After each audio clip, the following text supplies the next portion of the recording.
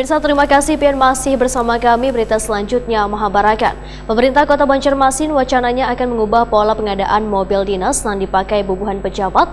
Jika sebelumnya mobil dinas tersebut disediakan bagian pengadaan, namun kedepannya diubah menjadi sistem sewa. Tujuannya untuk mengurangi beban APBD Kota Banjarmasin, khususnya dalam masalah pemeliharaan. Pemerintah Kota Banjarmasin wacananya akan mengubah pola pengadaan mobil dinas yang dipakai bubuhan pejabat. Jika sebelumnya mobil dinas tersebut disediakan bagian pengadaan, namun kedepannya akan disediakan oleh pihak ketiga, yaitu diubah menjadi sistem sewa. Wakil Ketua DPRD Banjarmasin Muhammad Yamin Waitakoni Prima TV jelang tengah hari Rabu 8 Maret 2023 membenarkan adanya wacana pemerintah kota untuk mengubah pola pengadaan mobil dinas yang dipakai pejabat daerah, yaitu menjadi sistem sewa yang disediakan pihak ketiga. Tujuannya untuk mengurangi beban APBD Kota Banjarmasin khususnya dalam masalah pemeliharaan, karena pemeliharaan mobil nantinya akan ditanggung pihak ketiga, sedangkan bahan bakar tetap ditanggung pemerintah kota. Politisi Partai Gerindra ini pun menyatakan akan mengkomunikasikannya dengan pemerintah kota untuk mendengar langsung terkait wacana tersebut. Bahwa pengadaan unit sewa ini kan perlu kita kaji kembali bagaimana secara aturannya, dan juga yang paling poin atau paling penting adalah bahwa apakah dengan sistem sewa ini akan menjadi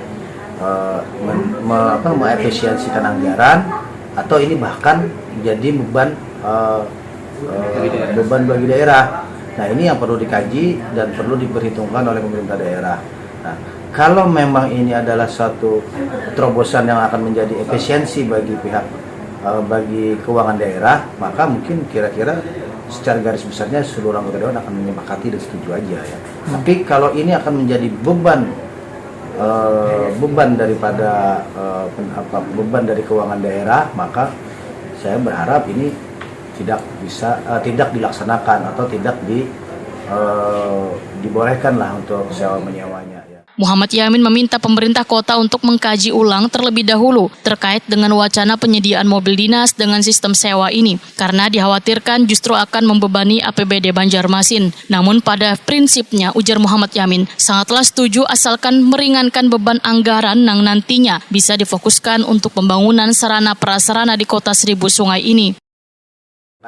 Kalau unit baru kan pastinya setidak-tidaknya selama 3 tahun juga pasti tidak akan ada permasalahan, hanya perawatan oli dan ganti oli aja.